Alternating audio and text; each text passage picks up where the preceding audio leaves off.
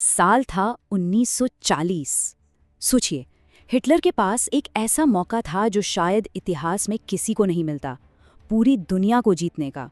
उसकी सेना वो तो ऐसी थी जिसे कोई हरा ही नहीं सकता था, मानो अजेय हो। तो फिर सवाल ये है कि ऐसा क्या हो गया कि सिर्फ 5 सालों के अंदर उसका पूरा साम्राज्य ताश के पत्तों की तरह बिखर गया। जवाब बहुत सीधा और चौंकाने वाला है। सिर्फ एक गलती। जी हाँ, बस एक। चलिए जरा उस दौर में वापस चलते हैं। जून 1941 से पहले हिटलर की जो वॉर मशीन थी ना, वो रुकने का नाम ही नहीं ले रही थी। पोलैंड, फ्रांस, नॉर्वे, एक-एक करके सब उसके कदमों में थे। यहाँ तक कि ब्रिटेन भी बस हारने ही वाला था। और ठीक तभी, जब वो अपनी ताकत के शिखर पर था, उसने इतिहास की सबसे बड़ी, सबसे भयानक भूल कर दी। उसने अपने ही साथी सोवियत संघ पर हमला कर दिया। और ये कोई छोटा-मोटा हमला नहीं था। इसका नाम था ऑपरेशन बारबरोसा, इंसानी इतिहास का सबसे बड़ा जमीनी आक्रमण। जरा इसके स्केल का अंदाजा लगाइए। 22 जून 1941 को 30 लाख जर्मन सैनिक, 3,600 टैंक और 2,700 लड़ाकू विमानों के साथ सोवियत संघ की सीमा के अंदर घुस गए। हिटलर को पूरा यकीन था कि बस 3 महीने लगेंगे और रूस घुटने टेक देगा। उसके जर्नलों ने भी यही कहा था, अरे सोवियत सेना तो बहुत कमजोर है।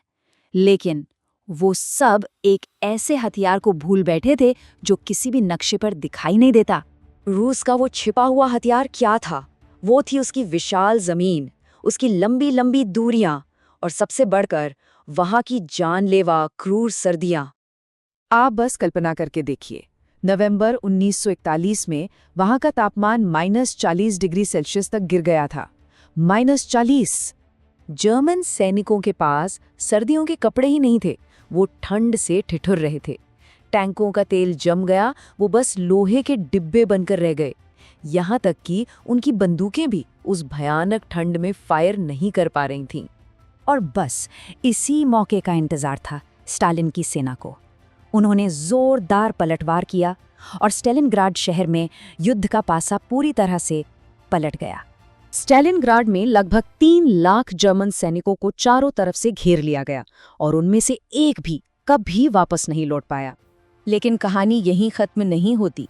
एक तरफ तो रूस में उसकी सेना हार रही थी, जम रही थी, और दूसरी तरफ हिटलर ने एक और घातक गलती कर दी। दिसंबर 1941 में उसने दुनिया की सबसे बड़ी औद्योगिक ताकत यानी कि संयुक्त राज्य अमेरिका के खिलाफ भी युद्ध छेड़ दिया। अब सवाल यह है कि कोई ऐसा आत्मघाती कदम क्यों उठाएगा जब आप पहले ही एक मोर्चे पर बुरी तरह हार रहे हों? देखिए, इसके पीछे 2 बड़ी वजहें थीं। पहली, जापान जर्मनी का साथी था, और दूसरी, और ये सबसे बड़ी भूल थी, हिटलर को लगता था कि अमेरिका एक कमजोर देश है। वो कितनी बड़ी गलतफहमी में था। अमेरिका की औद्योगिक ताकत का अंदाजा आप बस इस बात से लगा लीजिए कि कुछ ही महीनों के अंदर उसने 50,000 टैंक और 3 लाख लड़ाकू विमान तैयार कर दिए। तो अब हिटलर 2 तरफ से बुरी तरह घिर चुका था, पूर्व में सोवियत संघ और पश्चिम में अमेरिका। ये एक ऐसा जाल था जिससे निकलना अब नामुमकिन था। एक साथ दो सुपर पावर से लड़ना, 2 मोर्चों पर युद्ध, यही उसकी हार की सबसे बड़ी वजह बना। ये एक तरह की मौत की सजा थी। और आखिरकार वो दिन आया। मई 1945 में जर्मनी ने बिना शर्त पूरी तरह से आत्मसमर्पण कर दिया।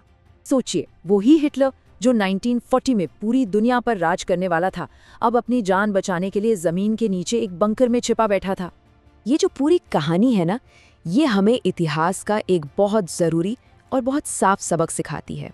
वो सबक है अहंकार, हद से ज्यादा आत्मविश्वास और अपने दुश्मन को कमजोर समझने की भूल। ये वो बीज हैं जो किसी भी बड़े से बड़े साम्राज्य को बर्बाद कर सकते हैं। अहंकार यह किसी भी साम्राज्य को तबाह कर देता है, चाहे वो 1941 का हिटलर हो या फिर आज के दौर का कोई भी। इतिहास ये बात बार बार साबित करता है।